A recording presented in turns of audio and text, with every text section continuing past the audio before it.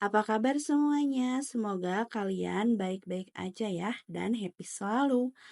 Mari kita sharing, apa sih penyebab uang kita cepat habis?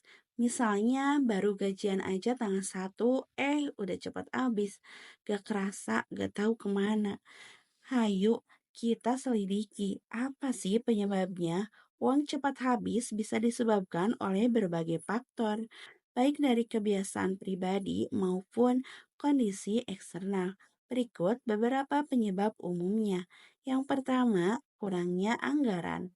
Tidak membuat atau mengikuti anggaran bulanan menyebabkan pengeluaran tidak terkendali. Ketika kita uang banyak, kita merasa tenang dan happy sampai mengeluarkannya pun gak pakai kendali. Yang jadi malah kita baru sadar beberapa hari kemudian kalau kita udah belanja berlebihan. Jadi mulai sekarang anggarkan keuangan sampai 30 hari ke depan ya. Yang kedua, gaya hidup konsumtif. Belanja impulsif, sering makan di luar dan membeli barang yang tidak dibutuhkan. Nah, untuk ini emang sampai kapanpun, sebanyak apapun pendapatan kita, kalau kita masih menganut gaya hidup yang konsumtif, kita akan selalu merasa kurang. Jadi mulailah gaya hidup dengan hidup sederhana. Belanja yang dibutuhkan saja. Jangan terlalu mengikuti keinginan. Karena keinginan itu nggak ada habisnya, nggak ada ujungnya, dan nggak ada puas-puasnya. Jadi mulai sekarang, belajar untuk mengendalikan keinginan. Yang ketiga, tidak menabung. Semua penghasilan langsung dihabiskan tanpa menyisihkan untuk tabungan atau dana darurat. Nah, ini salah banget ya. Jadi ketika kita menerima penghasilan harus banget disisakan dulu, disisihkan dahulu sebelum membudgeting yang lain, sebelum uangnya buat yang lain, sisakan atau sisihkan dulu buat menabung. Minimal ya 10%, 20% dari penghasilan. Lebih besar persenannya itu lebih baik. Apalagi dana darurat. Kita itu pasti sangat butuh ketika uang kita mendadak habis atau ada keperluan-keperluan yang di luar kendali kita gitu ya. Yang keempat, pengelolaan utang yang buruk.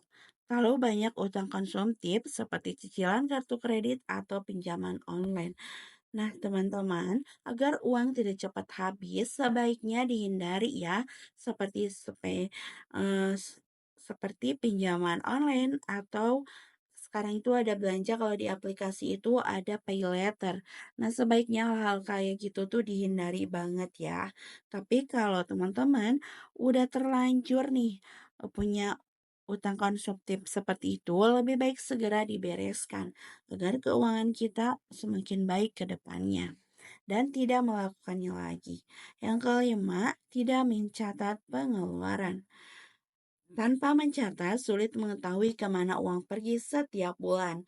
Minimal teman-teman, pas terima gajian, catat ya, uang ini mau dikemanain aja jalur-jalurnya. Tidak perlu dicatat setiap hari, setiap detail, setiap detik, karena mungkin itu lebih ribet. Tapi kalau pengen simpelnya, teman-teman bisa tulis garis besarnya. Contohnya gaji 5 juta, 1 juta buat nabung, 1 juta buat pengeluaran rumah kayak listrik, kuota, dan sebagainya. Sisanya mungkin buat konsumsi atau biaya pendidikan anak. Nah, itu aja udah lumayan biar kita tahu kemana jalur uang kita pada perginya. Tapi lebih bagus setiap detailnya dicatat ya. Nah, untuk yang keenam, pendapatan tidak cukup. Penghasilan lebih kecil dari pengeluaran, apalagi jika biaya hidup tinggi.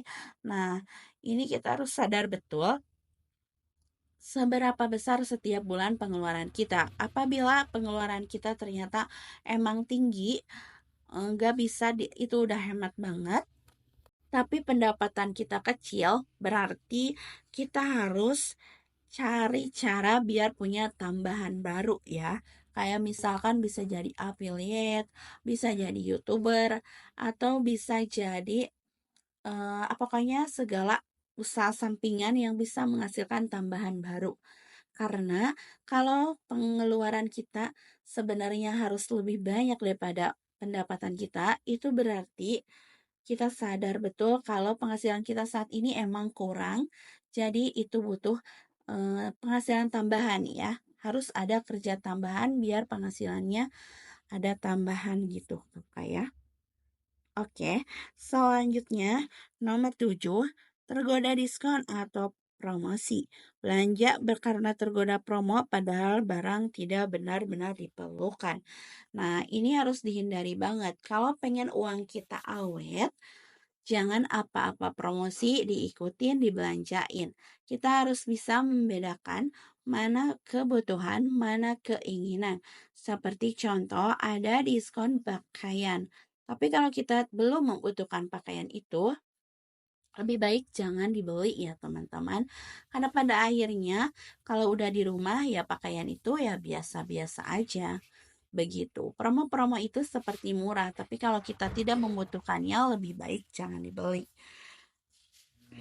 Seperti itu pembahasan dari saya. Semoga bermanfaat. Jangan lupa di subscribe ya dan klik share. Terima kasih.